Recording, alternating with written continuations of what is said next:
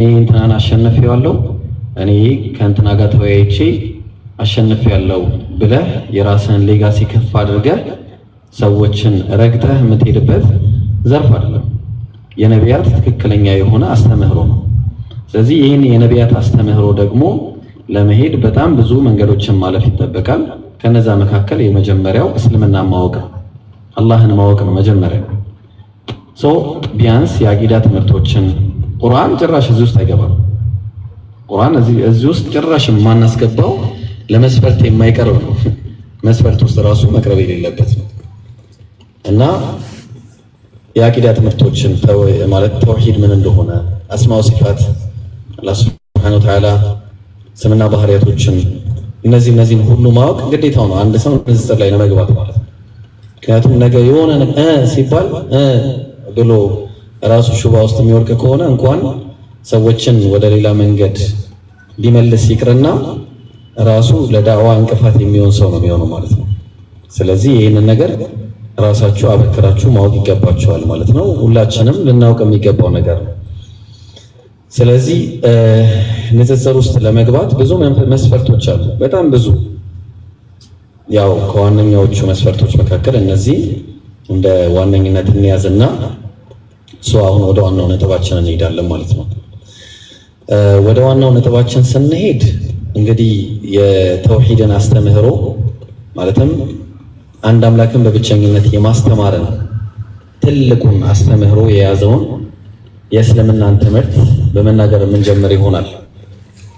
ምክንያቱም ከእስልምና ውጪ አንድ አምላክን በአግባቡና በብቸኝነት እንዲሰበክ የሰበከ ምንም አይነት እምነት ምድራችን ላይ የለም።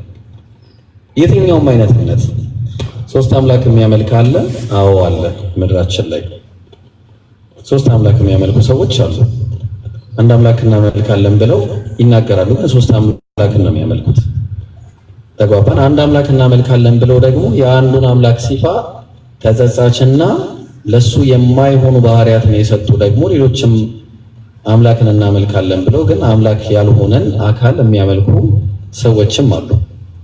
ስለዚህ የትኛው ነው የነቢያት አስተምህሮ የሚለውን ገና ከጅምሩ ማን ነው እስልምናን የሰበከው የሚለውን ነገር ከማየት የምንጀምር ይሆናል ማለት ነው።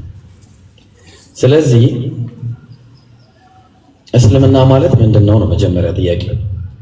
እስልምና ማለት ምንድነው? ለአንዱ አምላክ ለአላህ ሱብሓነሁ ወተዓላ እጅን መስጠት ነው። እንግዲህ ኢንትሮዳክሽን መሰጣችሁ ኢንሻአላህ። ለአንዱ አምላክ ለአላህ እጃችንን ሰጥተን ከሱ ውጪ ሌላን ላናመልክ ማለት አላህ ቁርአን ላይ ነብያችንን ሰለላሁ ዐለይሂ ወሰለም ምንድን ነው ያዘዛቸው? ቁል በል አንተ ሙሐመድ ሆይ ሰለላሁ ዐለይሂ ወሰለም በል አንተ አማኝ ሆይ በይ አንቺ አማኝ ሆይ ኢነ ሰላቲ ስግደቲ ወኑሱኪ መስዋዕቲ ወመሕያየ ህይወቴ ወመማቲ ሞቴ ለማን ነው?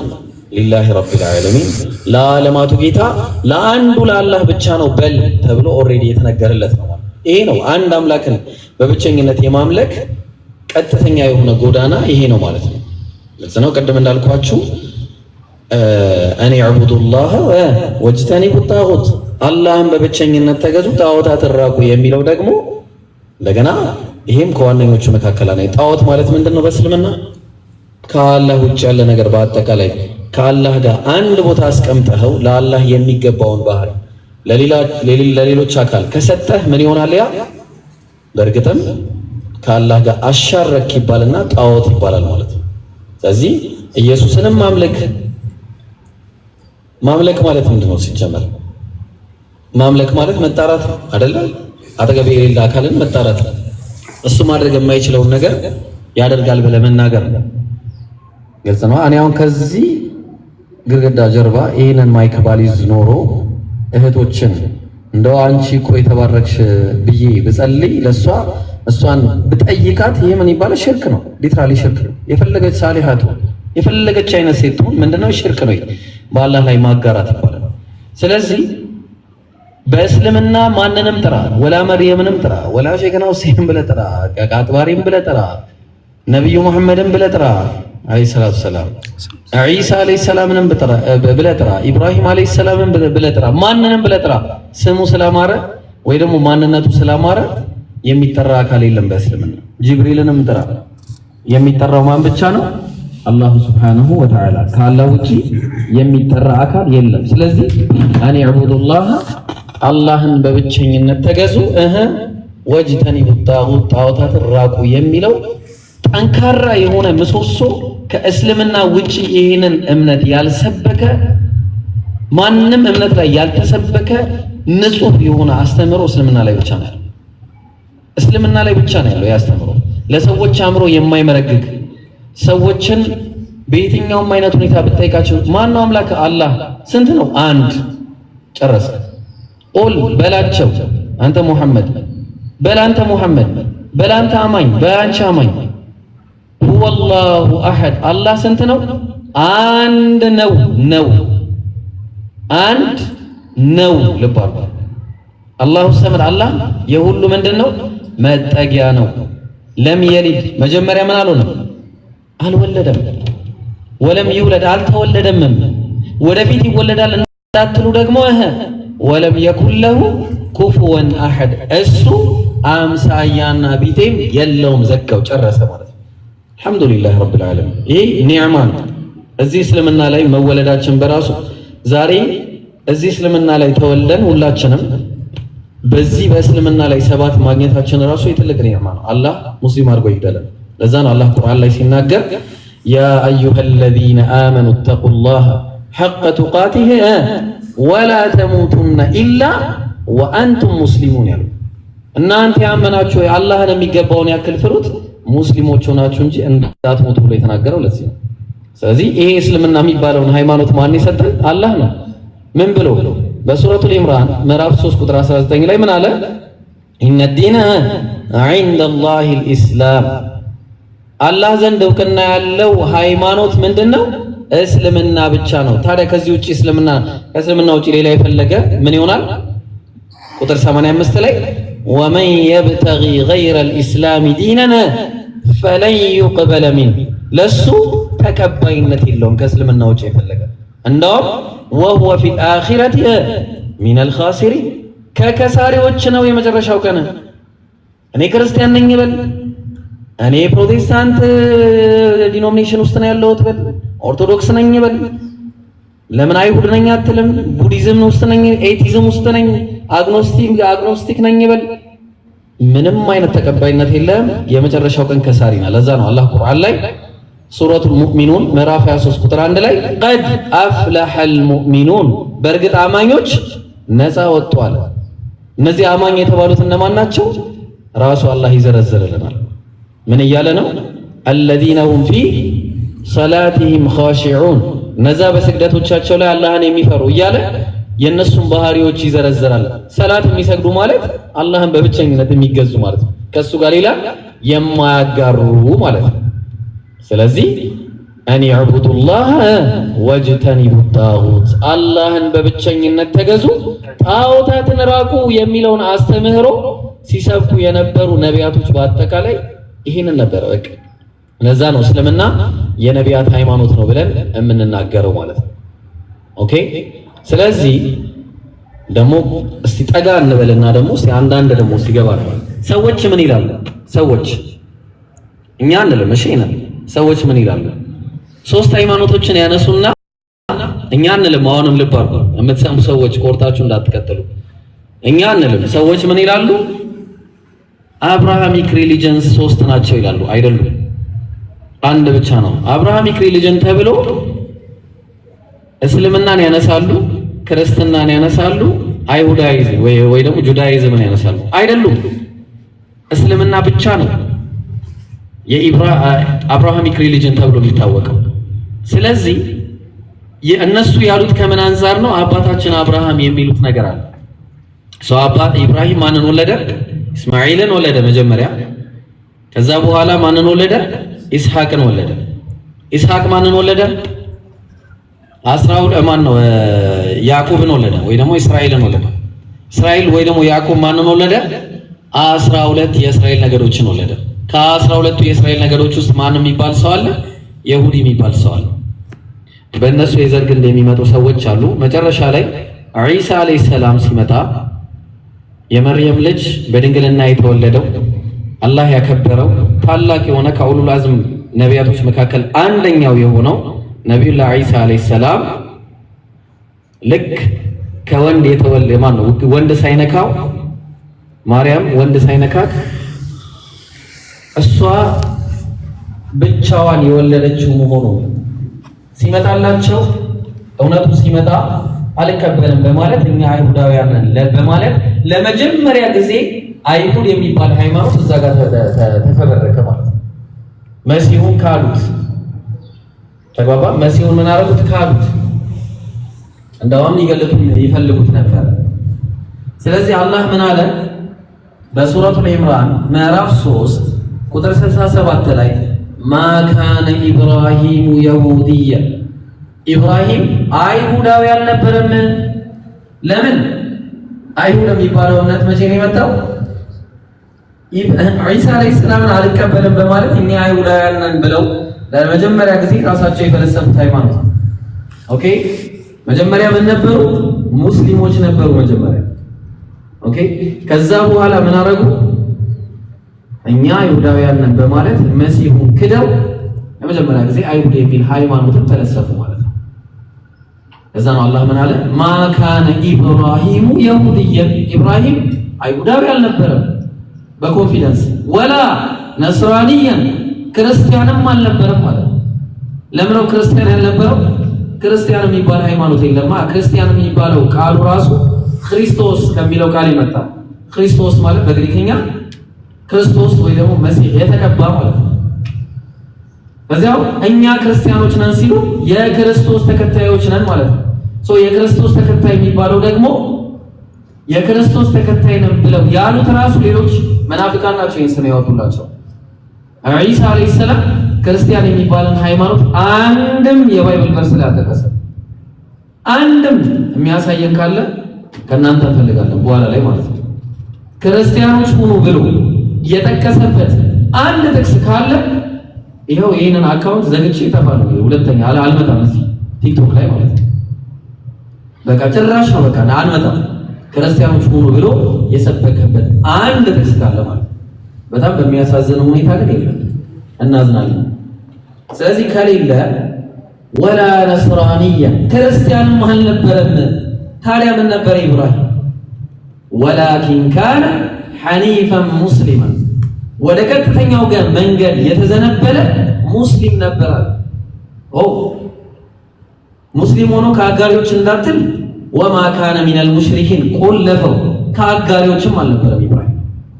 ስለዚህ ኢብራሂም ማንን ነበር የሚገዛው?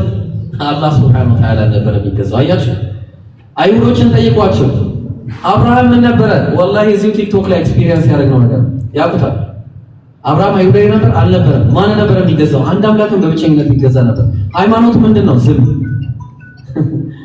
ከዛ ከኛ ሙስሊሞች ጋር ይገናኛል እምነቱ? አዎ ይገናኛል። ስለዚህ ሙስሊም ነበር። ክርስቲያኖችን ጠይቋቸው። አብርሃም ምን ነበር እምነቱ? ክርስቲያን ነበር አይሏችሁ? ወላሂ አይሏችሁ። አንድ ክርስቲያን አይደለም። ስለዚህ ኢብራሂም ሙስሊም ነበር ማለት ወደ ቀጥተኛው ጎዳና የተዘነበለ ሙስሊም ነበር። እስቲ እንየው ጥቅሶቻቸውን ደግሞ እውነት ምንድን ነበር የሰበከው? እነ አብርሃም እነ ይስሐቅ እነ ያዕቆብ እነ ሙሴ ምን ነበር የሰበኩት? እስቲ ዘፍጥረት ላይ ዘዳግም ላይ ኦሪት ዘዳግም ምዕራፍ 6 ቁጥር 4 ላይ ሸማ እስራኤል ሆይ ስማ አምላካችን ያህዌ አንድ ያህዌ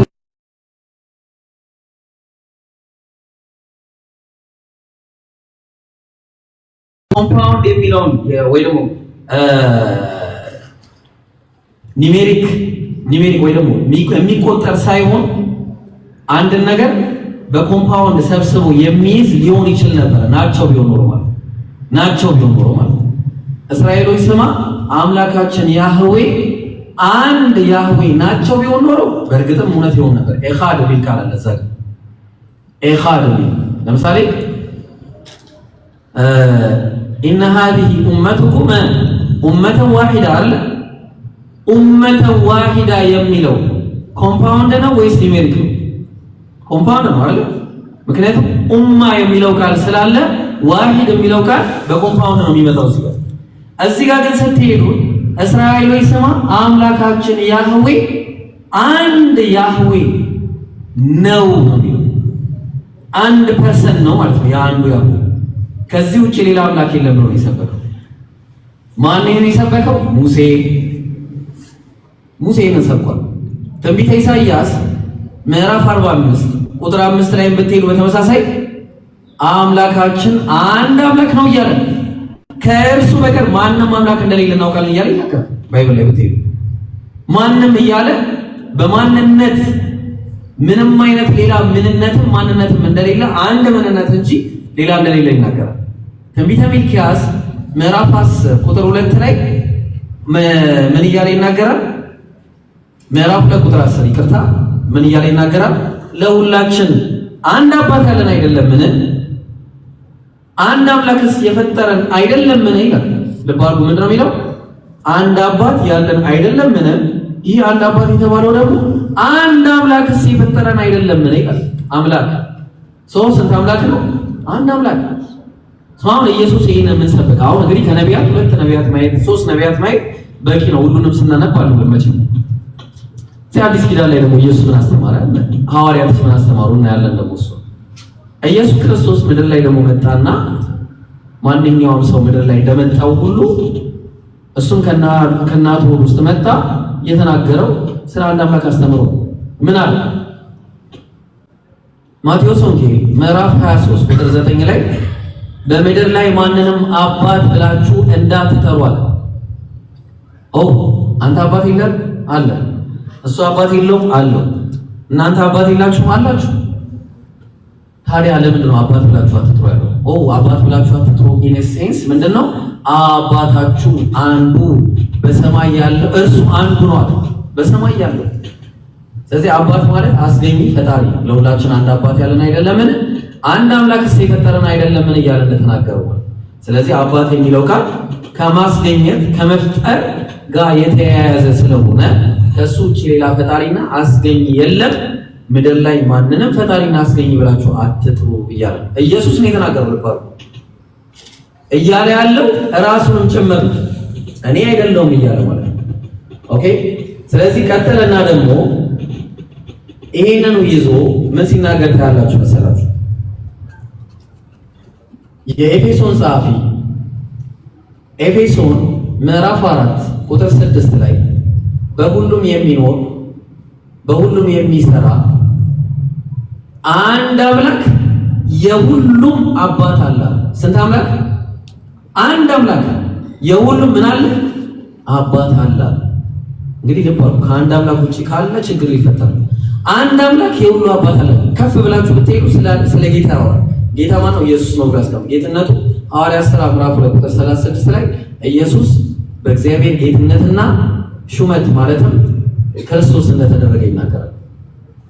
ስለዚህ አንድ አምላክ የሁሉ አባት አለ ሲባል ዮሐንስ ወንጌል ምዕራፍ 20 ቁጥር 17 ላይ ምን እያለ ይናገራል? ኢየሱስ ራሱ መቅደላዊት ማርያምን ምን ይላታል? አትንኪኝ ጊዜ ገና አልደረሰም፣ ባይሆን ወደ ወንድሞቼ ሂጂና እኔ ወደ አባቴና ወደ አባታችሁ ወደ አምላኬና ወደ አምላካችሁ አደርጋለሁ ብለሽ ንገሪያቸው። የሁሉም አንድ አምላክ የሁሉም አባት አለ።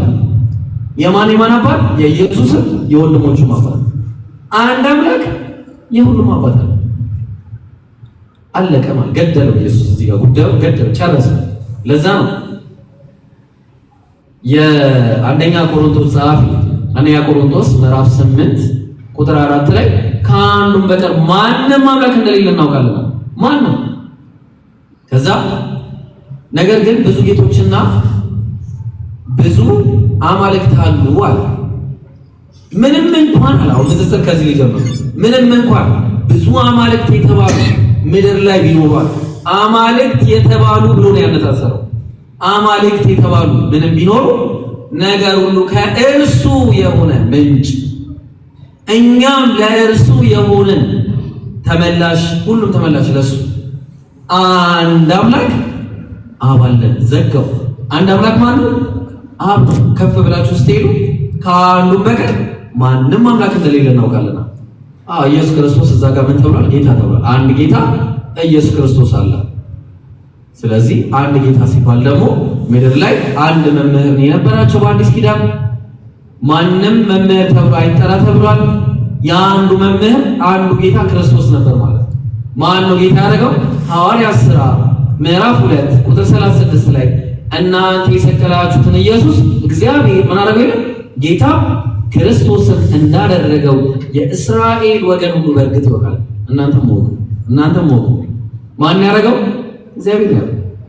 በተመሳሳይ ሁኔታ እሱም ብቻ ሳይሆን ያደረገው ጌታ ሌላ ማን ያደረገውም አለ?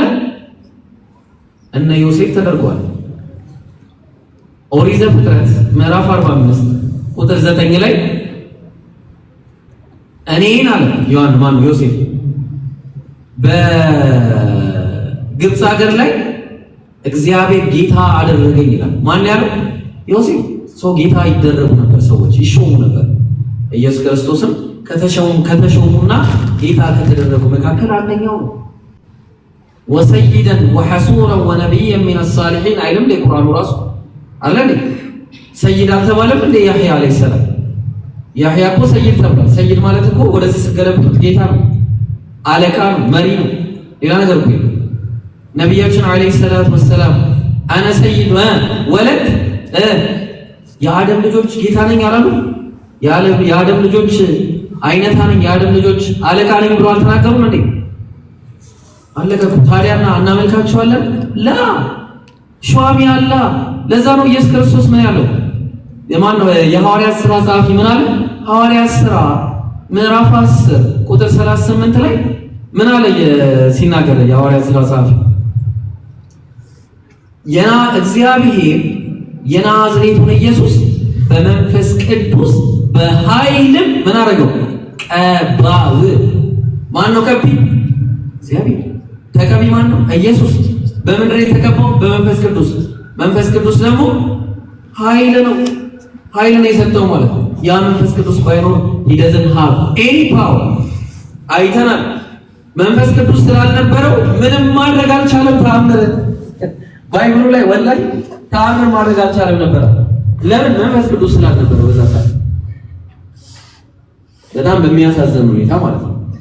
ስለዚህ ኢየሱስ ክርስቶስ ራሱ ምን አለ? አንድ ጊዜ ይሄ ጥቅስ በጣም ይገርመኛል። አንዴ በመንገድ ሲወጣ የማርቆስ ወንጌል ምዕራፍ 10 ላይ የሚገኘው ጥቅሱ ቁጥር 17 ላይ አንድ ቀን ኢየሱስ በመንገድ ሲወጣ የሆነ ሰው እየሮጠ መጣና ተንበረከከለት። መንበርከክ አዲስ ነገር አይደለም፣ ይሰገዳል ራሱ ለሰዎች ራሱ ያለው እንዳትገረሙ ማለት ነው። ከዛ ቸር መምህር ሆይ ልብ አድርጉ ያለው ምንድነው? ቸር መምህር ሆይ የዘላለም ሕይወት ወርስ ዘንድ ምን ላድርጋለሁ? የጠየቀው ምንድነው?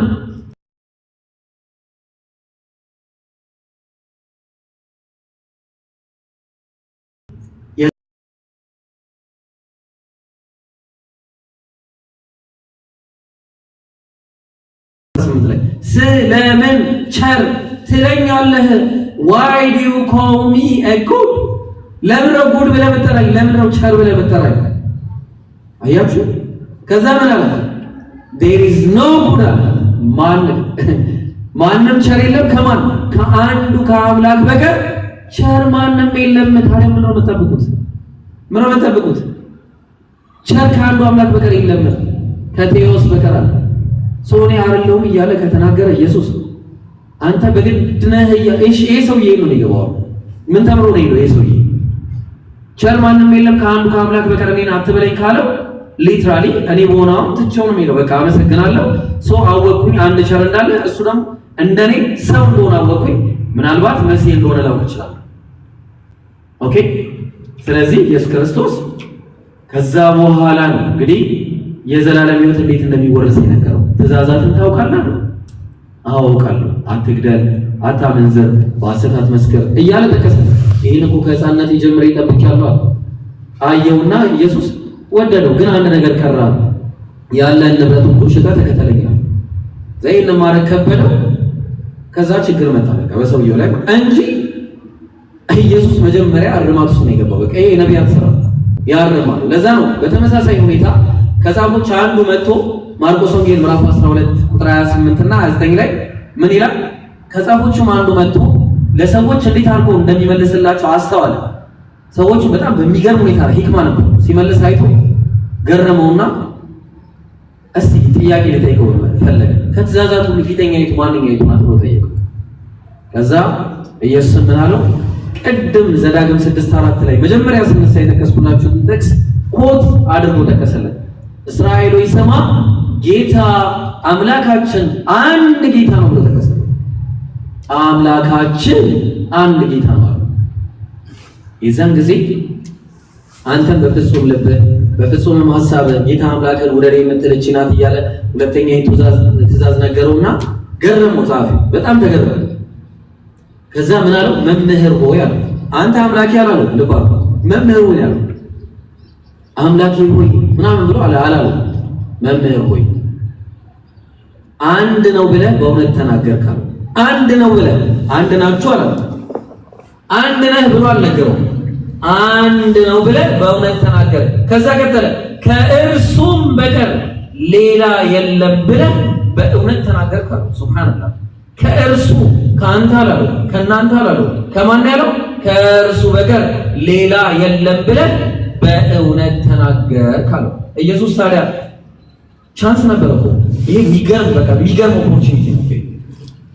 ኖ ይሄ ቆይ አንዴ እንደዚህ አይደለም። እሺ እኔና እሱ እኮ አንድ አምላክ ነን ብሎ ማረም ይችላል ነበር። እዚህ ነው ከእሱ ብቻ በል ከእናንተ ብቻ በል ከእናንተም በል ጨምርበት ብሎ አላረም። ሰውየው ምንድነው ያለው? በቃ ዝም አለው። እንዳውም ምን አለው? ኢየሱስም አየውና ገረመው በጣም። ከዛ በኋላ አንተ አለው ከእግዚአብሔር መንግስት የራቅህ አይደለም ማለት ቁጥር 34 ላይ ከማን መንግስት? ከእግዚአብሔር መንግስት። እሺ ይሄ ሰውዬ ምን ይረዳ ከዚህ በኋላ? ይሄ ሰውዬ ምንድነው መድረሻው? ኢየሱስን እንደ አምላክ ካልተቀበለ አንድ አምላክ ሌላ እንደሆነ ካወቀ ይሄ ሰውዬ መድረሻው የት ነው? ገሃነም ነው። ሪሊ ኢየሱስም ይሄ ሰውዬ ገሃነም እንዲገባ ነው የሚፈረደበት? ላ ወላሂ አይደለም። ተግባባ። ስለዚህ ምንድነው ከትእዛዛቱ ፊተኛይቱ ትእዛዝ እስራኤል ሆይ ስማ፣ ጌታ አምላካችን አንድ ጌታ ነው የሚለው በጣም በቃ ዴንስ የሆነ ንግግር ተናገረ። ተስማምተው ተለያዩ ማለት ነው። ኦኬ። ስለዚህ ኢየሱስ ክርስቶስ ነብይ ነበር። የቱ ጋር ነው ነብይ ነበረው? ማርቆስ ወንጌል ምዕራፍ 6 ቁጥር 4 ላይ ምን እያለ ይናገራል? ኢየሱስን ነብይ ከገዛ ሀገሩና ከገዛ ዘመዶቹ በቀር ሳይከበር አይቀርም አላቸው። ነብይ ራሱን አለ። ኦኬ፣ መልእክተኛ ነው። በግልጽ ነናል። ልብ አድርጉ። እኛ ሙስሊሞች ስንናገር ነብይ ነው ብለን ተናገርን። አንድ ምንም አያወላለም። ሁለተኛ እዛው ከባይብላችሁ መልእክተኛ እንደሆነ እንስጣቸው። ዮሐንስ ወንጌል ምዕራፍ 17 ቁጥር 3 ላይ ምን አለ? እውነተኛ አምላክ ብቻህን የሆንክ አንተን አለው። ልብ አድርጉ። እውነተኛ አምላክ ብቻህን የሆንክ አንተን የሚለው ኢየሱስ ነው። የሚገርማችሁ ከዛ ቀጠለና የላከውን ኢየሱስ ክርስቶስ ያውቁ ዘንድ ይህች የዘላለም ሕይወት ናት። ስለዚህ እውነተኛ አምላክ ብቻውን የሆነው አንድ ካለ ከላይ ደግሞ ቁጥር 1 ላይ አባቱ እያለ ሲጠራ ነበር። ሰሞኑን አንዱ ስራ ፈት ዩቲዩብ ላይ አባት የሚለውን ነገር ተቀበለ ምናምን ብሎ ኢብራሂም ረድ ሲሰጥ ነበረ፣ የተረሳው ሽማግሌ ማለት ነው። እና ምናልባት ውይይት ከፈለክ ና ውይይት እንወያይ፣ አቅሙ ካለ ማለት ዩቲዩብ ላይ ከምትሰራ ኦኬ፣ አድርሱለት። ዩቲዩብ ላይ ከምትሰራ ብር ከምትሸከል እዛ ሄደ በእኛ ቪዲዮ ምናምን እያደረግ ናና ተወያይ፣ አቅሙ ካለ ማለት ነው። ክርስቶሎጂም ላይ ነገረ ስላሴም ላይ ማለት አቅሙ ካለ ግን አቅሙ የለም አትመጣም። አቃል ምን አለ መሰላችሁ ዩቲዩብ እዚህ ጋር የተቀረጸ ስለሆነ እሺ ጋይስ፣ እና ምን አለ መሰላችሁ አባት የሚለውን ነገር ኢብራሂም ተቀበለና ያም ማለት አንዴ ተረጋጋ ብራዘር። አባት የሚለው ነገር በምን ሴንስ መሰላችሁ የሚቀርበው? እዚህ ላይ ቀደም እንደነገርኳችሁ አብ የሚለው ነገር አስገኚ ፈጣሪ በሚለው ከሆነ ችግር የለም። አስገኚ ፈጣሪ በሚለው ከሆነ እረኛ የሚለው ነገር አለ። ለምሳሌ ወይ ጠባቂ በሚለው ከሆነ አላህ ጠባቂ እንደሆነ እኛ እናምናለን። እንደዚህ አይነት ምሳሌዎች ግን አንሰጥም። እኛ እንደ አይነት አባት ምናምን ብለን አንሰጥም። ግን ምንድነው አብ የሚለውን ነገር የተጠቀመው ወይንም አባት የሚለውን ነገር የተጠቀመው ፈጣሪ አስገኚ በሚለው ከሆነ ያስማማናል፣ ችግር የለውም። ኢየሱስ ምን አለ? ምን አለ? እውነተኛ አምላክ የሆንክ እውነተኛ አምላክ ብቻህን የሆንክ አንተን ብሎ ሲናገር አብን እየተናገረ መሆኑ ግልጽ ነው። እውነተኛ አምላክ ብቻውን የሆነ አብ የሚባለው አምላክን ማጽደቅ የሚለው አስገኝና ፈጣሪ ከሆነ አሁን እናጸድቃለን። አብ የሚለው አባት በሚለው ብቻ ከሆነ ግን አናጸድቅም። ስራ ፈተነ ማለት ነው። ኦኬ አትልፋ። ስለዚህ ኢየሱስ የላከውንም ኢየሱስ ክርስቶስ በማለት ሁለተኛ አጸደቀን። አንድ ነብይ አጸደቀን፣ ሁለተኛ መልእክተኛ መሆኑን አጸደቀን፣ ሶስተኛ አጸደቀን ሰው መሆኑ ሊትራሊ ሰው መሆኑ ማለት ነው። ዮሐንስ ወንጌል ምዕራፍ 8 ቁጥር 40 ላይ ከአምላክ እየሰማው የነገርኳችሁን ሰው ልትገሉ ትፈልጋላችሁ? አብርሃም እንዲያላረገ ማለት ከማን እየሰማው አለ? ከአምላክ ልባው ከአምላክ እየሰማው የነገርኳችሁን ሰው አለ። ስለዚህ ኢየሱስ ምንድነው? ሰው ነበር። አጸደቀ። አረ እዚህ ጋር ምን ይሏቸዋል መሰላችሁ? ሰው ብቻ እኮ አይልም። ሰው ብቻ ይላምጣል። ሙሴ ሰው ብቻ ይላምጣል። ኢሳይያስ ሰው ብቻ ነው ይላምጣል። አዳም ሰው ብቻ ነው ይላምጣል። የዛን ጊዜ ወይ ባንተ ሙግት እንሄዳለን ወይ በኔ ሙግት እንሄዳለን። በኔ ሙግት ከሄደን እንግዲህ ኢየሱስ ሰው ብቻ ነው። አይ ባንተ ሙግት እንሄድ ካለ እና ኢሳይያስ ሁሉም ሰው ብቻ አይሆንም አምላክም ሊሆኑ ነው ማለት ነው። ይሄ የወረደ የደከመ ክሌም ነው ማለት ነው። ስለዚህ ሶስተኛ ምን አቀረበ? ሰው እንደሆነ ስንት አምላክ አለ እዛው ጋር ሲናገር ስለ ሰውነቱ ምን እናገር? አንደኛ ጢሞቴዎስ ምዕራፍ 2 ቁጥር 5 ላይ አንድ አምላክ አለና በአምላክና በሰው መካከል ያለ መካከለኛ ደግሞ አንድ አለ። እሱ አማርኛው ላይ የሆነው በሚል ሰዎችን ለማወጫበር ለማወናበድ ያስቀመጡት ጥቅስ አለ። ቃል የሆነው ኦኬ የሆነው ስትል እኮ ከዚህ በፊት አምላክ ነበረ ቃል ነበረ ሊለው ላ እንደዛ አይደለም። ግሪኩ እንግሊዝኛው እንደዛ አይደለም። ምንድነው የሚለው? አንድ አምላክ አለና በአምላክና በሰው መካከል ያለ መካከለኛ ደግሞ አንድ አለ። እሱ ደማን ጂሰስ ክራይስት ነው የሚለው። ኢየሱስ ምንድነው? ሰው ነው አለ። ገደሉ፣ ጨረሰ። ሶስት ነገር አቀረበ። አራተኛ ነገር ነው ኢየሱስ መሲህ ነው። ዮሐንስ ወንጌል ምዕራፍ 10 ቁጥር 24 ላይ አንተ ክርስቶስ እንደሆንክ ገልጠህ ንገረን፣ እስከ መቼ ድረስ በጥርጣሬ ታቆየናለህ አሉት። መጥተው አይሁዳ ኢየሱስን አላቸው፣ እኔ በአባቴ ስም የማደርገው ይህ ስለኔ ይመሰክራል። ስለምን ነው የሚመሰክረው? መሲህነቱ ይመሰክራል። ይኸው አሁንም ምንም በማያዳግም መረጃ አራተኛ መረጃ አገኘ ማለት ነው። እሺ አንድ ስጡን፣ ኢየሱስ እኔ አምላክ ነኝ ያለበት። እሺ አትስጡን፣ ችግር የለውም። አምላክ ነኝ ያለበት በሌላ መንገድ ካለሱ አልፋና ኦሜጋ አላለም ኢየሱስ። ይቀርታል። የመጀመሪያና የመጨረሻ እንኳን አለ። የመጀመሪያና የመጨረሻ ማለት ከሞት በመነሳት እንደዚህ ከዛ ስራ ሲያጡ ይላል። በቃ መጨረሻ ስራ ሲያጡ ምንድን ነው የሚያደርጉት? እኔ በር ነኝ ብሏል እና ምን አገባኝ? በር ነኝ ምን አገባኝ? እኔ እውነትን መንገድ የሚወጣው ነኝ ብሏል። እኔ ምን አገባኝ? ታዲያ አምላክ መሆኑን አይገልጽም። መንገድ ነው፣ ትክክል ነው፣ እውነት ነው። እኛ ውሸት ነው ብለን እናምናለን። ኢየሱስ እውነት እኮ ነው። ኢየሱስ እንዴ መንገድ ነው። አዎ መንገድ ወዴት ነው? በእኔ በቀር ወደ አብ የሚመጣ የለም ማለት በቃ ኢየሱስ በእሱ በቀር ወደ አብ የሚመጣ የለም።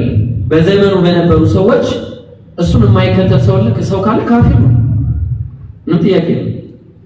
ስለዚህ ሌላ ደግሞ ያመጣል። ሙታንን አስነስቷል። እንዴ ነቢያት አስነስቷል። ውሃ ላይ ሄዷል። እዛው አጠገቡ የነበረው ውሃ ላይ ሄዷል። እንዴ ምን አገባኝ? ተአምር እኮ ነው የሚያደርገው። እሺ ህይወትን ይሰጣል። አዎ ህይወትን ይሰጥ ነበር። እንዴት ነው? ዮሐንስ ወንጌል ምዕራፍ 5 ቁጥር 26 ላይ አብ በራሱ ህይወት እንዳለው ለወልድም እንዲሁ በራሱ ህይወት እንዲኖረው ሰጥቶታልና። ማን የሰጠው ህይወት እንዲሰጥ? አብ ነው የሰጠው። በቃ እኛ የሚሰጠውን አምላክ አናውቅም። እኛ የምናውቀው ማንን ነው? ሁሉም ሰጪ የሆነ ከማንም የማይቀበል አንድ ብቻ የሆነ ሁለትነት ሶስትነት የሌለበት ባሪያ ያልሆነ ፈጣሪ ጌታ ብቻ የሆነ ማንም የማይገዛው ኢየሱስስ የሚገዛ ሁለተኛ ቆሮንቶስ ምዕራፍ 15 ቁጥር 29 ላይ በዛን ቀን አለ ልጁ ራሱ ደግሞ ሁሉን ላስገዛለት ይገዛል። የሚገዛ አምላክ የለም። ተስፋ ቁረጥ ክርስቲያኖች፣ የለም የሚገዛ አምላክ። ኦኬ። ስለዚህ አምላክ እንዴት ሆኖ ሊሆን የሚችለው? ኢየሱስ ያመጣል። ኢኪቪኬሽን ፋላሲ ይሰራል። ወደ ኋላ ይሄድና እንትን እኮ ባይብል ላይ ስትሄድ ኢሳይያስ ምዕራፍ 44 ቁጥር 6 ላይ እኔ የመጀመሪያና የመጨረሻ ነኝ። እኔ የመጀመሪያና የመጨረሻ ነኝ ብሏል አምላክ። ትክክል። ግን ከኔ በቀር ማንም አምላክ የለም ብሎ ጨምሮ ተናግሯል። ከዛ ግን ይመጣና ራዕይ ዮሐንስ ምዕራፍ 1 ቁጥር 17 ላይ ኢየሱስ እኔ የመጀመሪያና የመጨረሻ ነኝ ቁጥር 18 አንብቦ ምን ይላል? ሞቼም ነበር ሕያው ነኝ አለ። ስለዚህ ከሞት በመነሳት የመጀመሪያ ነው አምላክ አስነስቶት ከዛ በኋላ ያልሞተ የመጨረሻው የመጀመሪያው ነው። እንደ ባይብሉ ነው። ምን እንደ ቁርአን ነው? እንደ ባይብሉ ቁርአን ላይ አልሞተ። ባይብል ላይ ምናምን ሲጀመር አልሞተ። የሚሞግት ካለ መምጣት ይችላል። ኦኬ ምንድነው እያለን ያለ ነው? ኢየሱስ ክርስቶስ በአጠቃላይ አንድ አምላክን ሰበከ፣ የነቢያትን አስተምሮ ሰበከ እንጂ እሱ ራሱ አምላክ መሆኑን አልሰበከምም። ሐዋርያትም የእሱን አምላክነት አልሰበኩም። ስለዚህ ኢንሻአላህ ዛሬ ምናልባት እንዳላበዛባችሁ ለመያዝም እንዳያስቸግር ዛሬ በዚህ የሚያዘውና ኔክስት ላይ ደግሞ ሰፋ ባለ ፕሮግራም ትምህርት ሊትራሊ ትምህርት የሆነ ማለት መግቢያ ነው። ይሄ ዛሬ ትምህርት በሆነ ሁኔታ ኢየሱስ አምላክ ነው ብለው ለሚናገሩላቸው ጥቅሶች በአጠቃላይ ዱቄት አድርገን አፈር ከደሜ አብልተን እንሄዳለን ማለት ነው። መማር ለሚፈልግ ምናልባት ወደፊት ይጠቀምበት ነው። መንገድ ላይ ቢጠይቅህ እንኳን ተመለስበታል። እህትህን አንድ ሰው ሊያከብርብህ ቢሯሯጥ ቁጭ አድርገህ ትነግረዋለህ። ኦኬ። ለማንኛውም ለዛሬ በዚህ እናብቃና ጥያቄ ካላችሁ ጥያቄ ጠይቁና ከዛ ደግሞ ወደ እነዚህ ወደ ቲክቶክ ኦዲየንስ ደግሞ የምንሄድ ይሆናል ማለት ነው። ላንተ ከተቆረጠ በኋላ እሺ እና አብአን እሺ ቆይ እሱ ነው። ጥሩ ጥያቄ ነው የጠየቀው። ምን አለ? ክርስቲያኖች ምን ያመጣል መሰለህ? ኢየሱስ አምላክ መሆኑ ማስረጃ አምጣና እኔና ባንደና እኔ ምን አገባኝ ዘር እኔና ባንደና እኮ እኔና ኡስታዝ አብሬም አንድ ነን እና እኔና ኡስታዝ አብሬም አንድ ሰው ነን። እኔና ኡስታዝ ዙሪያ አንድ ነን ማለት ነው። እኔ እኮ ጤነኛ አስተሳሰብ ያለው ሰው እንዳይነ ነገር እንግዲህ ያቀርብ እዛው አያነቡትም። እዛው ዮሐንስ ወንጌል አንተ የጠቀስከው ምዕራፍ 10 ቁጥር 30 ነው። ዮሐንስ ወንጌል ምዕራፍ 17 ቁጥር 11 ላይ እኛ አንድ እንደሆንን አንድ ይሆኑ ዘንድ ይላል። እኛ አንድ እንደሆንን ማናማ አብና ወልድ አንድ እንደሆኑት አንድ ይሆኑ ዘንድ አለ። ማናማ አብና ወልድ አንድ እንደሆኑት ሐዋርያት አንድ እንዲሆኑ ኢየሱስና አብ አንድ አምላክ ከሆኑ እነዛ ሰዎች አንድ ሰው ነው ማለት ነው። አያችሁ? አይገጥም። ጭራሽ የማያስኬድ የወደቀ ሌም የሆነ ሙግት። እሺ አውዱን ነው ምን አለ? ከላይ ሲጀምር ቁጥር 24 ላይ አንተ ክርስቶስ እንደሆንክ ገልጠህ ንገረን አሉት አይሁዳውያን። ምን እንደሆንክ? አምላክ እንደሆንክ ክርስቶስ እንደሆንክ ገልጠህ ንገረን። ከዛ ምን አላቸው? ኢየሱስ እኔ በአባቴ ስም የማደርገው ይህ ስለኔ ይመሰክራል አላቸው። ስለምን ነው የሚመሰክረው? ክርስቶስነቱን። እናንተ ግን ከበጎቼ ስላልሆናችሁ አታምኑም። ምን ነው የማያምኑት? ክርስቶስነቱን። በጎቼ ድምፄን ይሰማሉ ይከተሉኝማል። ለምን ነው የሚከተሉት? ክርስቶስ እንደሆነ ስላወቁ። ኦኬ። የዘላለም ሕይወት ሰጣቸዋለሁ አለ። እንዴት ነው የሚሰጣቸው? የዘላለም ሕይወት ማለት በራሱ የዘላለም ሕይወት ያኛው አይደለም። በነገራችን ላይ ዮሐንስ ወንጌል ምዕራፍ 12 ቁጥር 49 ላይ እኔ ከራሴ አልተናገርኩም፣ ነገር ግን የላከኝ እሱ የምለውን የምናገረው ትእዛዝ ሰጠኝ። ትእዛዙ የዘላለም ሕይወት እንደሆነች አውቃለሁ አለ። የሚሰጣቸው ምንድነው? ትእዛዙ ነው። ትእዛዙ ምንድነው? የዘላለም ሕይወት ነው ማለት። ስለዚህ የዘላለም ሕይወት ሰጣቸዋለሁ አለ። ቀጠለና አሁን እዚህ ጋር በደንብ ከእጄ ማንም አይነጥቃቸውም ማለት እንግዲህ ቁጥር 28 ከእጄ ማንም አይነጥቃቸውም ማለት ልብ አድርጉ። ለምን? የሰጠኝ አባቴ ከሁሉ ይበልጣል አለ። ምን ነው የሰጠው? አብ ነው የሰጠው። እነዛ በጎቹን ሐዋርያት ወይ ደግሞ በጎች የተባሉ ሌሎች ሰዎችንም ይጨምራል፣ አማኞችን ማለት ነው። ስለዚህ የሰጠኝ አባቴ አለ ከሁሉ ይበልጣል። ልብ አድርጉ። ስለዚህ የሰጠኝ አባቴ አለና በእጁ ከአባቴ እጅ ሊነጥቃቸው የሚችል ማንም የለም ማለት ትክክል ነው። اللهم لا مانع لما اعطيت እኮ ነው። ሌላ ነገር እኮ የለው። ይሄንን ነገር የሰጠኝ ማን ነው? አላህ ነው አይደል? ይሄን የሰጠኝ አላህ። ስለዚህ አላህ ከሰጠኝ ማንም አይነጥቀኝም እያልኩ ስለዚህ እኔ እጠብቀዋለሁ። ይሄን አልጠብቀውም እንዴ? ሰበብ አላደረሰም፣ እጠብቀዋለሁ። አላህ ሳይጠብቅልኝም ይጠብቅልኛል። ስለዚህ ይህንን ነገር በመጠበቅ እኔና አብ አንድ ነን ቢል ኢየሱስ ምንድነው ችግሩ? ተግባባ። ኢየሱስ እኔና አብ አንድ ነን ያለው በጎቹን በመጠበቅ እንጂ በመለኮት አንድ ነን አላለም። ሽታውም የለም እዚህ ላይ። ክርስቲያኖች ተማሩ፣ መጽሐፋችሁን አንብቡ፣ አውደ ንባቢ ዝም ብላችሁ እንደመጣላችሁ አታንብቡ። ኦኬ። ስለዚህ የመጀመሪያው መልስ እኔና አብ አንድ ነን ሲል አሁን ሌላ ቦታ ላይ እኔ ቆሮንቶስ ምዕራፍ 3 ቁጥር 8 ላይ ምን እያለ ይናገራል መሰላችሁ? አጵሎስ ተከለ አለ። ለባር ሁለት ሰዎች አሉ፣ ጳውሎስና አጵሎስ። አጵሎስ ተከለ አለ፣ ጳውሎስ ነው የሚናገረው። እኔ ደግሞ ተከልኩ አለ። እኔ የሚለው ጳውሎስ ነው፣ የተከለው ደግሞ አጵሎስ ነው። እግዚአብሔር ያሳድግ ነበር አለ። ቀጠልና የሚተክልና የሚያነጣ አንድ ነው አለ። አንድ ናቸው። ስለዚህ የሚተክልና የሚያነጣ አንድ ናቸው። አጵሎስና ጳውሎስ አንድ ናቸው ሲባል የዓላማ ነው ወይስ አንድ ሰው ናቸው ማለት? ዓላማ ነው። ኦኬ። ስለዚህ እንደዚህ እየመረጠ አንድ የሚል ነገር እየመረጠ ከሄደ ብዙ ነገር እናበላሻለን ማለት ነው። እሺ፣ ግልጽ ነው። ሌላ ሁለተኛ ጥያቄ ምንድነው? ቁርአን አይበረዝም የነሱ ጥያቄ ነው። ቁርአን አይበረዝም ትላላችሁ። ቁርአን አይበረዝም ስትሉ ለምሳሌ ከመጽሐፍ ቅዱስ ውስጥ የምትወስዱት መረጃ አለ፣ እናንተ የሚደግፍ ብቻ አርጋችሁ የምትወስዱት አለ። ከቁርአን ደግሞ ቁርአን አይበረዝም እያላችሁ ያለ አካል አይበረዝም እያላችሁ መጽሐፍ ቅዱስና ከአሁን በፊት የወረዱት መጽሐፍቶች እንዴት ተበረዙ? ያው አሪፍ ጥያቄ ነው። ማሻአላህ። አዎ ቁርአን አይበረዝም ሲል እኛ እጅ ላይ ያለው ቁርአን መቼም አይበረዝም። አላህ ቁርአን ላይ እንደነገረ ቁርአን እንደማይበረዝ ቃል ገብቷል። ውሃ የማያጥበው መጽሐፍ ሰጣለሁ ብሏቸዋል ነብያችን ሰለላሁ ዐለይሂ ወሰለም ሐዲስ ላይ። ውሃ የማያጥበው ሊትራሊ ምን ያላቸው አላህ ቁርአን ላይ ሲናገር ምንድን ነው ያለው? ኢና አንዘልና ምንድን ነው ያለው? እኛ ቁርአን እኛ አወረድነው ወኢና ለሁ ለሐፊዙን፣ እኔው ራሴ እጠብቀዋለሁ አለ። በቃ አለቀ። ቁርአን አይበረዝም። ኦኬ። ከዚህ በፊት የነበሩት እንዴት ተበረዙ ለሚለው ከመምጣቴ በፊት ታዲያ ከተበረዘ መጽሐፍ ላይ ለምን ታመጣላችሁ ነው?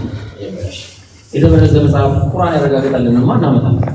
ለምን? አላህ ቁርአን ላይ ምን እያለ ተናግሯል? ለምሳሌ ነብያችን ሰለላሁ ዐለይሂ ወሰለም በዒሳ አንደበት መነገራቸውን ተናግረዋል። ሱረቱ ሰፍ ምዕራፍ 61 ቁጥር 6 ላይ ምን ይላል? ወሙበሽረን ቢረሱል የእቲ ሚን ባዕድ እስሙሁ አሕመድ፣ አሕመድ የሚባል ነቢይ ከኔ በኋላ ይመጣል ብሎ መናገሩን ዒሳ ዐለይሂ ሰላም ገልጾልናል። ስለዚህ ከተበረዘው መጽሐፋቸው መካከል ቁርአን ያረጋገጠልን ከሆነ እንቀበለዋለን፣ ቁርአን ያላረጋገጠልን ከሆነ እንጥለዋለን ማለት ነው። ኦኬ። ስለዚህ ከዚህ በፊት ያሉ መጽሐፍቶች እንዴት ተበረዙ? አዎ ቁርአን ላይ አላህ ምን ይላል? በሱረቱል ማኢዳ ምዕራፍ 5 ቁጥር 44 ላይ ቢመስቱሕፊዙ ሚን ኪታቢላህ፣ የአላህን መጽሐፍ እንዲጠብቁ በተሰጣቸው ጊዜ አለ። እንዲጠብቁ ትእዛዝ የተሰጠው ለማን ነበር? ለአይሁዳውያን ነበር፣ ለሊቃውንት ነበር። ይቅርታ፣ አይሁዳውያን ሊቃውንቶች፣ በዛ ጊዜ ለነበሩ ሊቃውንቶች ነበር። እነዛ ሊቃውንቶች ግን ምን አረጉ? አላህ ቁርአን ላይ እንደተናገረው ፈወይሉን ሊለዚነ የክቱቡነ አልኪታበ ቢአይዲሂም ሱመ የቁሉነ ሃዛ ሚን ዒንዲላህ ሊየሽተሩ ቢሂ ሰመነን ቀሊላ። አያችሁ፣ ለነዛ በእጆቻቸው መጽሐፍን ለሚጽፍ ወየውላቸው። ከዛ በኋላ ጽፈው ደግሞ ከኛ ዘንድ ነው አይሉ። ከማን ነው የሚሉት? ከአላህ ዘንድ ነው ለሚሉ ወየውላቸዋል። ሱረቱል በቀራ ምዕራፍ 2 ቁጥር 7 በሱረቱ ምንድነው? ሱረቱል ኢምራን ምዕራፍ 3 ቁጥር 71 ላይ ያ አህለል ኪታብ እናንተ የመጽሐፍት ሰዎች ሆይ ሊመ ተልቢሱነ አልሐቀ ቢልባጢል፣ እውነትን በውሸት ለምን ትከላከላላችሁ ይላል ብሎ ይወቅሳቸዋል። ወተክቱሙነ አልሐቀ ወአንቱም ተዕለሙን፣ እውነትን የምታውቁ ስትሆኑ ለምንድን ነው የምትደብቁት ይላል። ሰው ቀላቅለዋል፣ በርዘዋል። ስለዚህ ከዛ ከተበረዘው መጽሐፍ ግን አላህ ምን እንድናረግ ነግሮናል። ማን ነው? የነብያችን ሰለላሁ ዐለይሂ ወሰለም ስም እንዳለ፣ በህጋቸው ላይ የተጻፉትን ህጎች እንዳሉ፣ የገደለ ይገደል፣ ዝሙት የሰራ ይገደል፣ እነዚህ ሁሉ እንዳሉ አላህ ይነግረናል ማለት ነው። ለዛ ነው እየመረጠን የምንቀበለው ማለት ነው። ግልጽ ነው። እሺ፣ ሌላ ጥያቄ? እሺ፣ ሴቶችም ካላችሁ ጥያቄ መጠየቅ ትችላላችሁ። እሺ፣ አላህ ሱብሓነሁ ወተዓላ ለምንድን ነው በቁርአን ላይ ኢና የሚለው እሱ አንዱ ቁል ሁወላሁ አሐድ የሚለው አይጋጭም ወይ ብለው ብዙ ያነሳል። አዎ ይሄ በጣም የሚያሳዝነው በጣም ይሄንን የሚያነሱት እኛ በቃ አላህ አንድ ነው የሚለውን ሙግት በቃ ጽድት አድርገን ስንሞግት መረጃ ስላሴ ሊያደርግ ማለት ነው። በቁርአን ስላሴን ያስተምራል ያማን እንዴ ስላሴ እንዴት ነው የሚያስተምረው ቁርአን? እዛ ጋር እየሄደ ምን ይላል? ወላ ተቁሉ ሳሊስ ማለት ثلاثه ሶስት ነው ይላል። لقد كفر الذين قالوا ان الله هو المسيح ابن مريم አለ። በርግጥ እነዛ አላህ ራሱ ዒሳ ነው ያሉ በርግጥ ከደዋል። አንድ ሁለተኛ لقد كفر الذين قالوا ان الله ثالث ثلاثه አላህ ከሶስቱ አንዱ ነው አንድ ሶስተኛው ነው ያሉ በርግጥ ክደዋል። ይሄን እያለ ነው نحن የሚለውን ቃል ስለተጠቀመ ከአንድ በላይ ነው የሚሉት። ይሄ በጣም የሚያሳዝን የሞተ ሙግት ነው። አላህ Subhanahu Wa Ta'ala ቁርአን ላይ እሱ ብቻ ነው እንዴ እኛ አብሮ የተጠቀመው መጀመሪያ ደረጃ ፎልት ፋይንደር ነው እንጂ ማለት ነው። ቁርአን ላይ ከአላህ ውጪ ብዙ የተናገሩ ሰዎች አሉ። ለምሳሌ ኸድር በሱረቱል ካህፍ ምዕራፍ 18 ቁጥር ከ80 ጀምራችሁ ከ79 ጀምራችሁ ምን እያለ ይናገራል? ለምሳሌ ምን እያለ ይናገራል መሰላችሁ? ፈኸሺና አን ዩርሂቀሁማ ጡግያና ወኩፍራ። ኸሺና የሚለው ማን ነው? ኸድር እኮ ነው። ከማን ጋር ነው የሚለው? ብቻውን ነው የሚለው ለራሱ። ኦኬ ኸሺና እያለ ይናገራል። አንድ ሁለተኛ ሱለይማን አለይሂ ሰላም የወፍ ቋንቋ የተማረው ማን ነው በቁርአን ላይ? ሱለይማን ነው። ዑሊምና መንጢቀ ጠይር አይልም እንዴ? የወፍ ቋንቋ ተስተማረን እያለ አይናገርም እንዴ? ይናገራል። አረ ይሄ ፈጠራ ነው እናንተ ከነብዩ መሐመድ በፊት እንደዚህ አይነት ነገር የለም ብለው ከተናገሩ ሙዓለቃት ተብለው እንትን ላይ የሚንጠለጠሉ ግጥሞች ነበሩ። ካዕባ ላይ ማለት ነው። ካዕባ ላይ የሚንጠለጠሉ ግጥሞች ነበሩ። ከነዛ ግጥሞች መካከል አምር ኢብኑ ኩልሱም የእሱን ግጥም እንዴ 100 አብያት ያለው አንዷን ነጥለን እንዴ ቂፊ ቀብለ ተፈሩቂ ያ ضعينا نخبرك اليقين وتخبرينا እንቺ ضعينا ሆይ ከመሄድሽ በፊት ضعينا ማለት ያው በእንትኖቻቸው ላይ በግመሎቻቸው ላይ የሚያረጓቸው ሴቶች ናቸው። ቆይ ከመሄድሽ በፊት አንድ ያስብበት አላት። نخبرك اليقين وتخبرينا እውነቱን ትነግሪናለሽ እኛ ምን ነግርሻለን ይላል። የሚለው ማን ነው? አንድ ሰው ይሄ ነብያችን ነብዩ ነው ከመላካቸው በፊት መዓኒ ላይ ገብታችሁ ብትመለከቱት በተመሳሳይ ምን ይላል? እንግዲህ አረብኛ ሰዋሰው ወይ ደግሞ ዲክሽነሪ ነው። እዛ ላይ በተሄዱ ምንድነው የሚለው? نحن የሚለውን ቃል عند إرادة التعظيم تعظيم አንድ ነገር ከፍ ከፍ ለማድረግና ለመናገር ሲፈለግ نحن ተጠቀማለ መጠቀም ትችላል። ከአንድ በላይ ለመሆኑ ደግሞ ሲሆን ደግሞ ጀምዕ ለጀምዕም ለብዜት ተጠቀመዋለህ። እዚህ አላህ ቁርአን ላይ ቁል በላቸው አንተ ሙሐመድ ሁወላሁ አሐድ አላህ አንድ ነው በፐርሰንት ደረጃ አንድ ብሎ ጠቅሶታል። ስለዚህ ወኢላሁኩም ኢላሁ ዋሂድ አምላካችሁ አንድ አምላክ ብቻ ነው በማለት በግልጽ ሁኔታ ማስቀመጡት ታያላችሁ።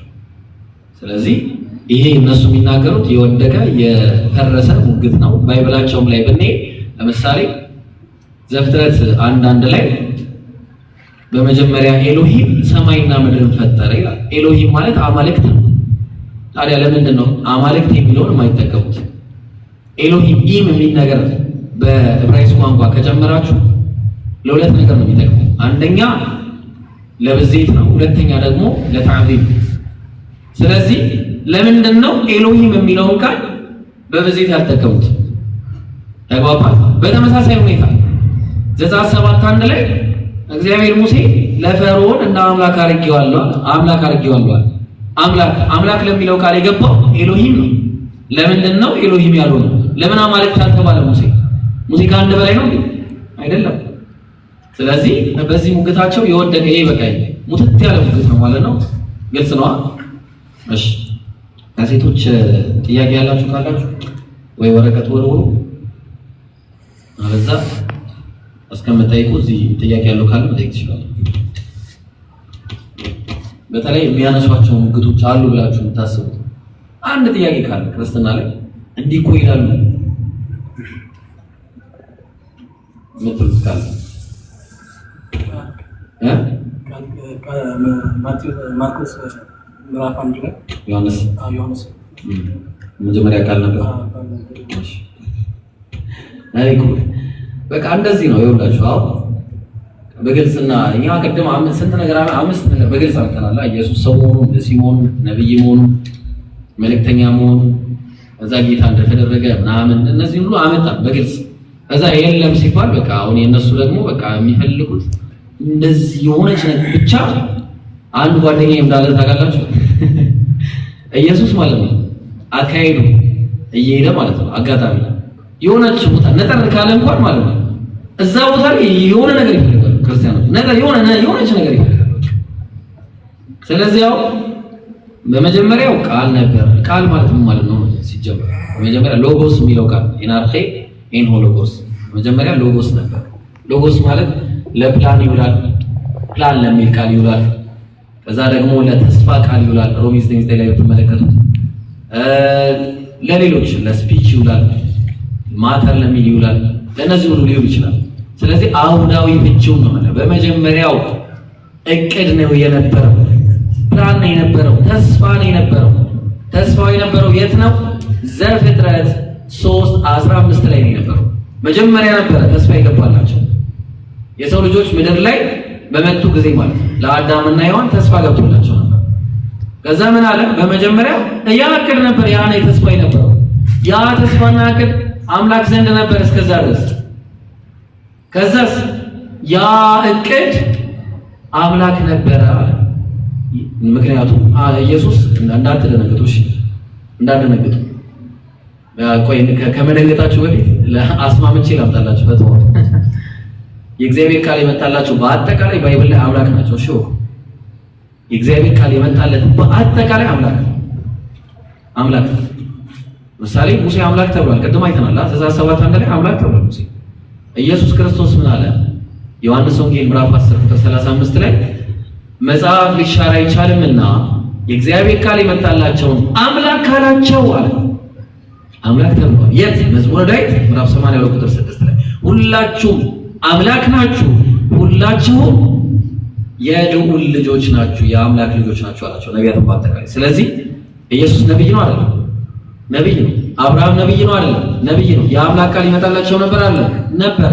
ስለዚህ አምላክ ይባላሉ። ወላኪን አምላክ የሚባለው ነገር ለሁለት ነው የሚከፈለው፣ ፈንክሽናል እና ኦንቶሎጂካል የሚባል ነገር።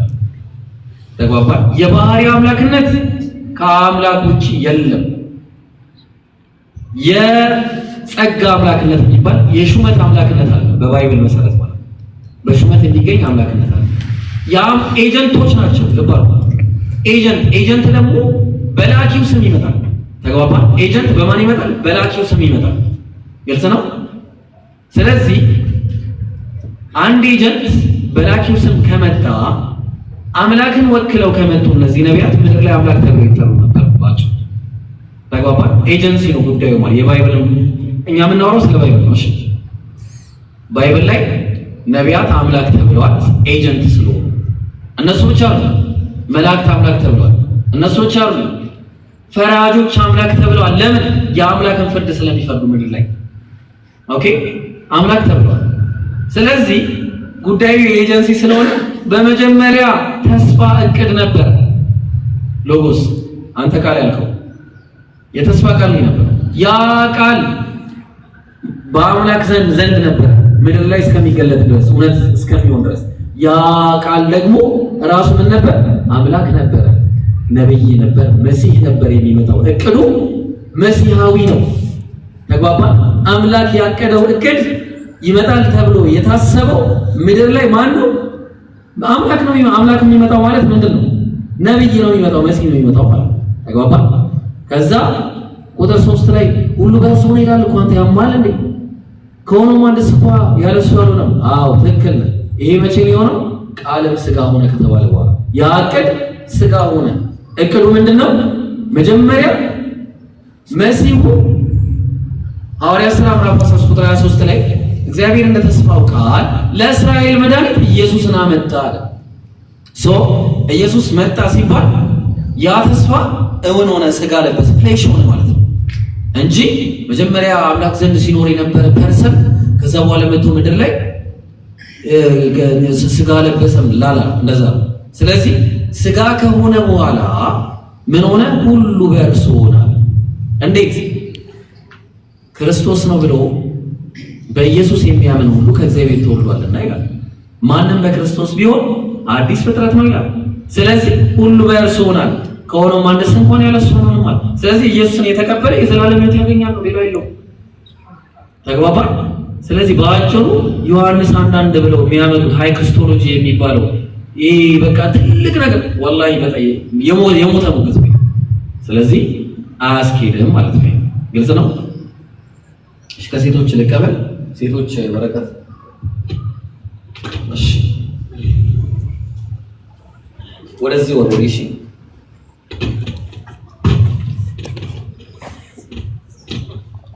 እሺ ሴቶች ደግሞ ጥያቄ እስቲ ነው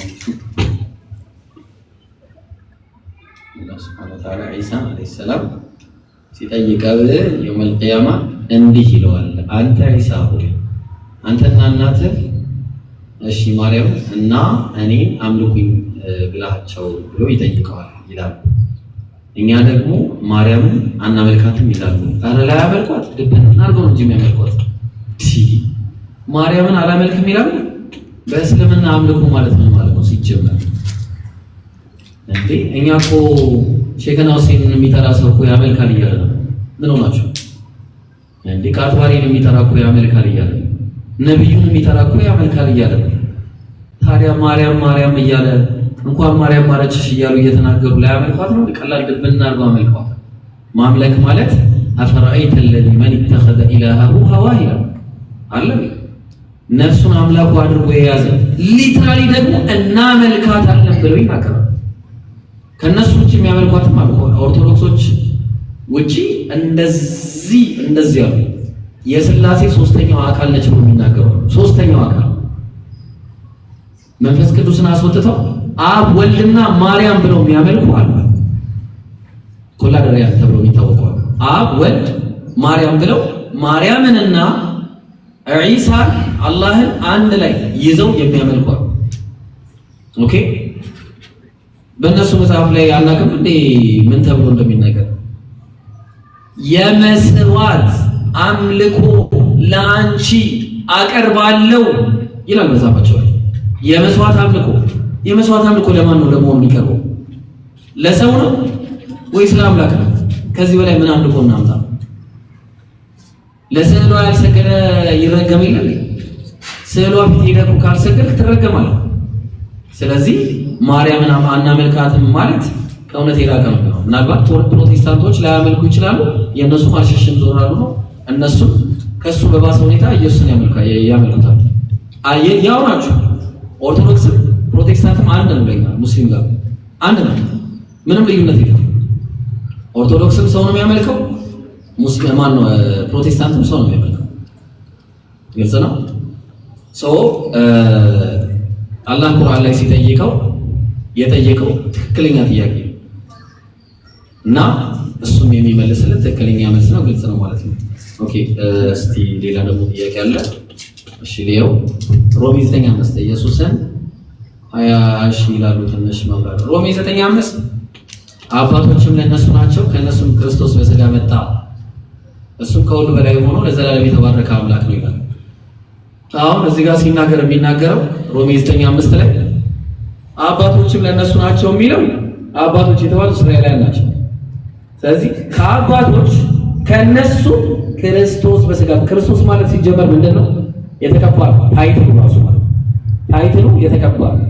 ስለዚህ ከነሱ ክርስቶስ በሥጋ መጣ እና በብረት ይምጣ ምንድነው አሁን እያሰቡ ያሉት አልገባኝም። በሥጋ መጣ ስለተባለ እቺን በሥጋ የምትለዋን በመያዝ ብቻ ከዚህ በፊት ሥጋ አልነበረም። እንዴት ነው የምታስቡት? በሥጋ መጣ እኛም በሥጋ ነው የመጣው። አንተ በእንጨት ነው የመጣው? እንደዛ እኮ ነው ያሉት። ስለዚህ ክርስቶስ በሥጋ መጣ ማለት ክርስቶስን በሥጋ እንዳልመጣ የሚናገሩ መናፍቆች ነበሩ። ኦኬ ለነሱ ነው መልስ እየሰጠ ያለው። ከነሱ ክርስቶስ በሥጋ መጣ ማን ያመጣው ነው ጥያቄው። ሐዋርያት ሥራ ምዕራፍ 13 ቁጥር 23 ላይ ምን ይላል? እግዚአብሔርም እንደተስፋው ቃል ለእስራኤል መድኃኒት ኢየሱስን አመጣ። ስለዚህ ያ ኢየሱስን ያመጣው አምላክ ከሁሉ በላይ ሆኖ ለዘላለም የተባረከ አምላክ ነው ነው።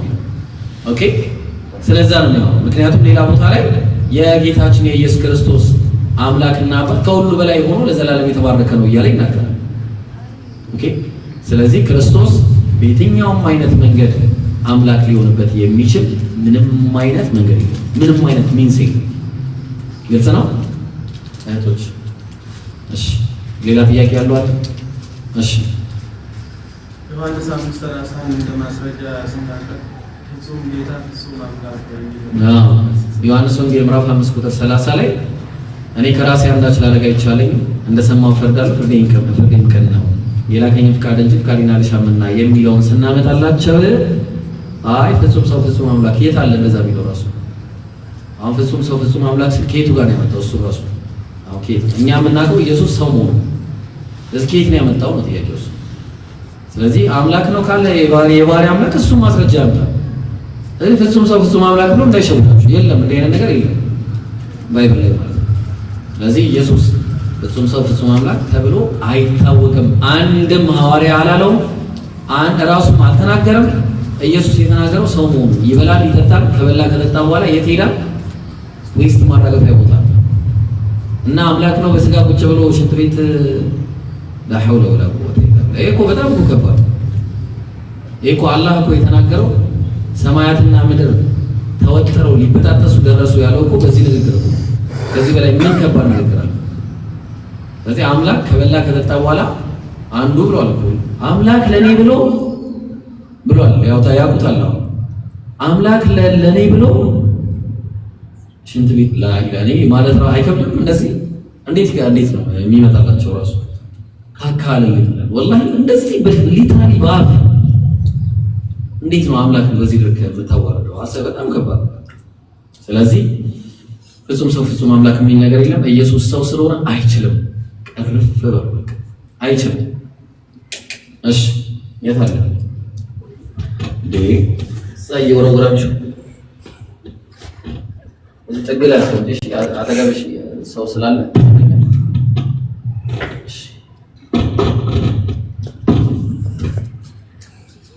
እሺ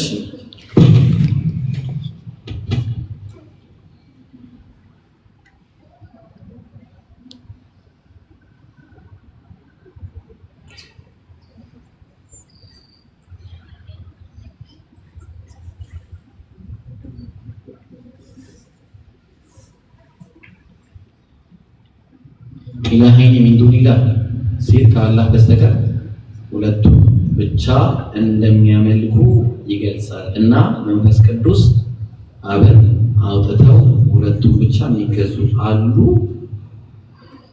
ኢላሂን ሚን ዱኒላህ ሁለት አምላክ እኮ ከአላህ ውጪ ሌሎች ሁለት አምላክ አማልክትን ያደርጋሉ።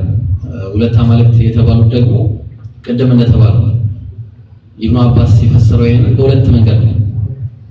አንደኛው ለአብ ወልድ መንፈስ ቅዱስ ይውላል። ሌላኛው ደግሞ ለማን ይውላል? ለአብ ለወልድና ለማርያም ይውላል። ኦኬ።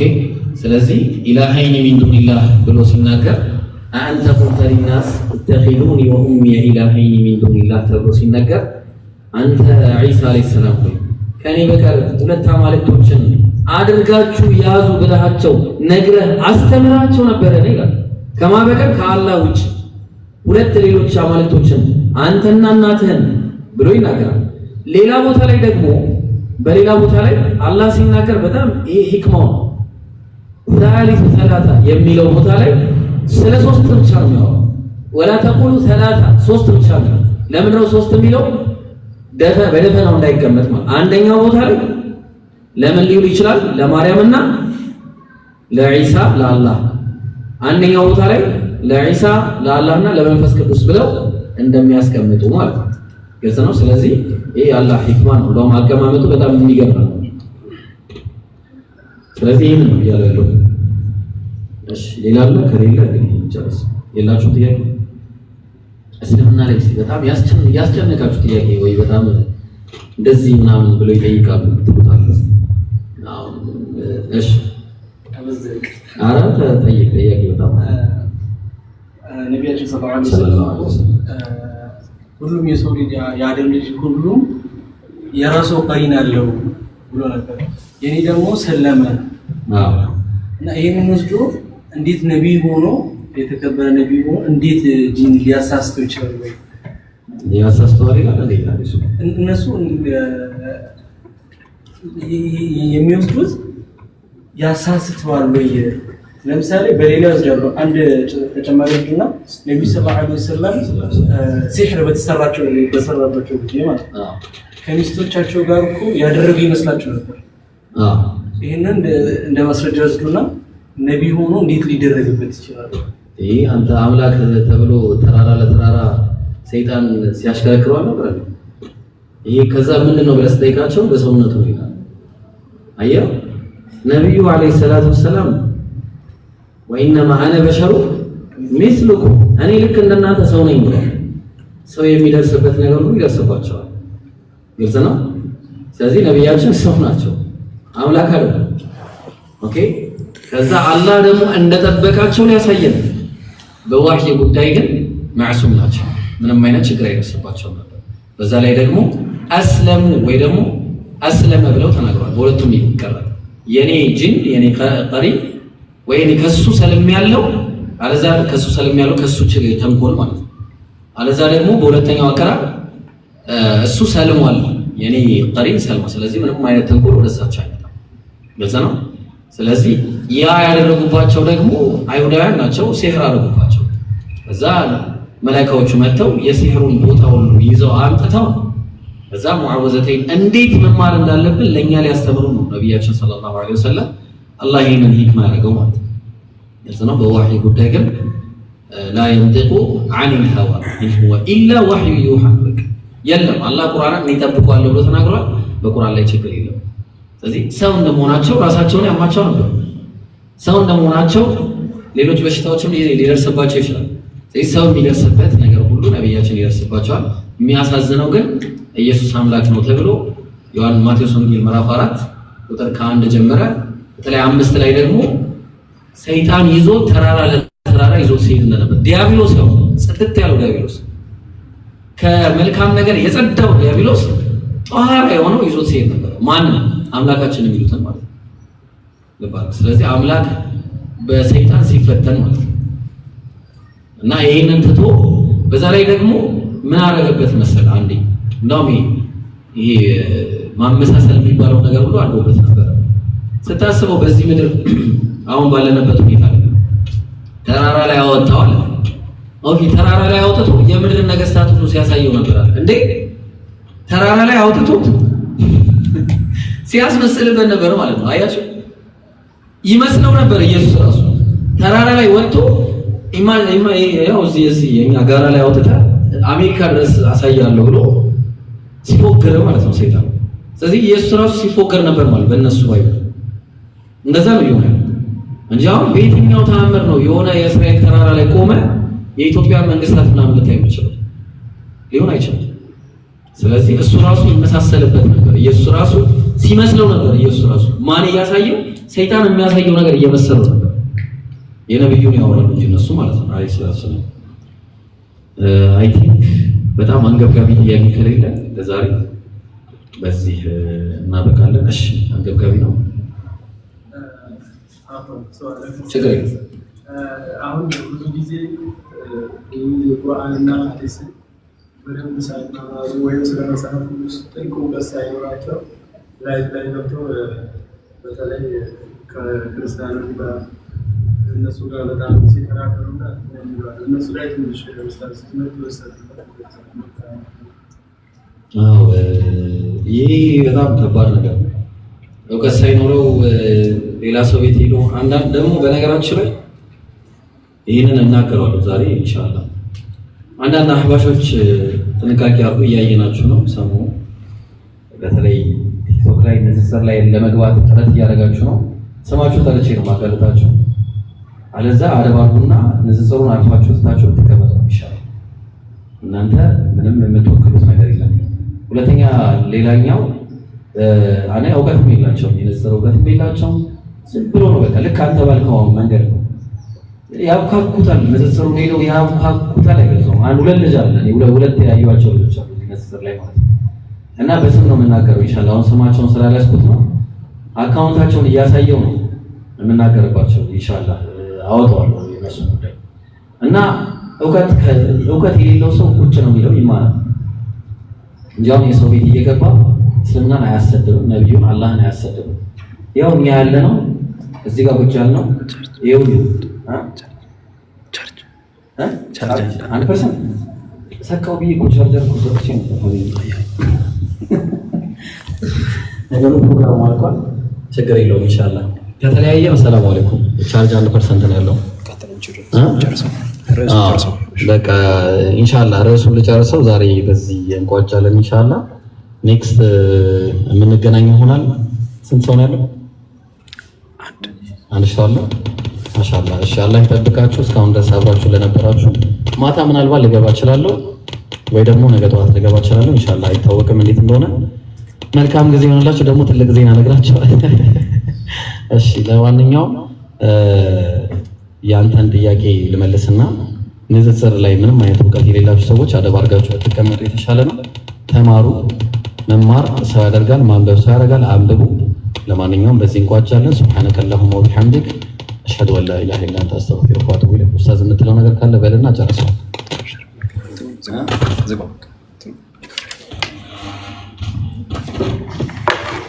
ሰላም አለይኩም ወራህመቱላሂ ወበረካቱህ። ኢንሻአላህ ይህ ትምህርት እስከ ሳምንት ድረስ የሚቀጥል ይሆናል። ከዛ በኋላ ሌሎች 2 ወር የሚዘልቁ የሆኑ ደርሶች ይኖራሉ ኢንሻአላህ። ዛሬ የነበራችሁ ኢንሻአላህ እንዳለ ስማችሁን መዝግባችኋል ብዬ ተስፋ አድርጋለሁ። ኸይር ኢንሻአላህ ወንዶች ጋር ተመዝግቧል፣ ሴቶች ጋር ምናልባት አሁን ሰዓቱን እየሄደ ስለሆነ በቴሌግራም ላይ ዛሬ የመጣችሁ ልጆች ኢንሻአላህ ታደርጋላችሁ። የትኛውንም አይነት ጥያቄዎች ኢንሻአላህ ኡስታዝ ያስተናግዳል። ያው ነገ ፕሮግራሙን እንግዲህ በቴሌግራም እናሳውቃለን ኢንሻአላህ። ያው የነገውን ፕሮግራም እናሳውቅ ይሆናል ኢንሻአላህ። አላህ የነገ ሰው ይበላል። ሱብሃነከ አላሁመ ወቢሐምዲክ አሽሀዱ አን ላ ኢላሀ ኢላ አንተ አስተግፊሩከ